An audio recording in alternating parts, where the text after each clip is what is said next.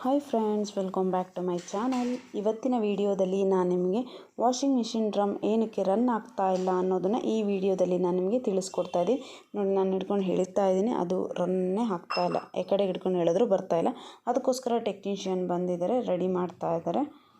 Back side ಅದನ್ನು open ಮಾಡ್ಕೊತಾ ಇದ್ದಾರೆ. ಓಪನ್ ಮಾಡಿಕೊಂಡು ನೋಡಿ, ಅದು ಬೆರಟು ಆ ಡ್ರಮ್ಮಿಂದ ಒಂದು ಅಲ್ಲಿಗೆ ಬೆರಟಿದೆ ನೋಡಿ, ಇದು ಬೆರಟು ಇರುತ್ತೆ.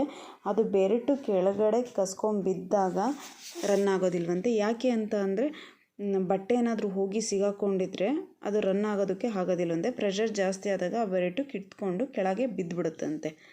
ನೋಡಿ, ಈಗ ಅಲ್ಲಿ ಏನು ಸಿಗಾಕೊಂಡಿರುತ್ತಂತೆ. ಅದಕ್ಕೋಸ್ಕರ ಅದನ್ನು ಓಪನ್ ಮಾಡಿ ತೆಗಿತಾ ಇದ್ದಾರೆ. ಏನು ಅಂತ ನೋಡೋಣ, ನಾವು ಕ್ಯೂರಿಯಾಸಿಟಿ ಇದೆ ಏನಿದೆ ಅಂತ.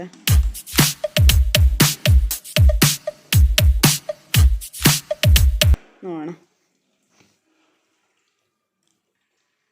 ಸಾಕ್ಸೆ ಕಾಣಿಸ್ತಾ ಇದೆ. ಮತ್ತೆ ಏನೋ ಸಿಗಾಕೊಂಡಿರುತ್ತೆ ಅಂತ ಹೇಳಿದ್ರು.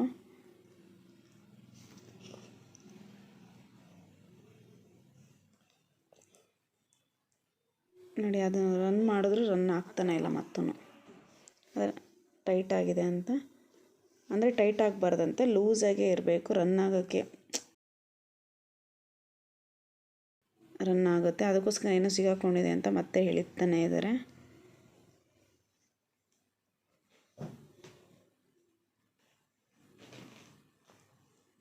ಏನೋ ಬಟ್ಟೆ ಇದೆ, ಸಿಕ್ತು ಮತ್ತೆ ಒಂದು ಬಟ್ಟೆ.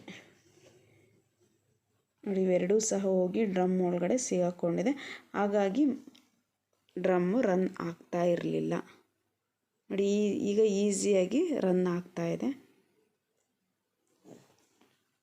ನೋಡಿ, ರನ್ ಮಾಡ್ತಾ ಇದ್ದಾರೆ. ಆವಾಗಲೇ ಎಷ್ಟು ಟೈಟ್ ಆಗಿತ್ತು, ಈಗ ಎಷ್ಟು ಲೂಸ್ ಆಗಿದೆ. ಇಷ್ಟು ಲೂಸ್ ಇದ್ದರೆ ಅದು ಬೆರಟು ಕಸ್ಕೊಂಡು ಬೀಳೋದಿಲ್ಲ. ಟೈಟ್ ಆಗಿದ್ದರೆ ಮಾತ್ರ ಕಸ್ಕೊಂಡು ಬೀಳುತ್ತಂತೆ.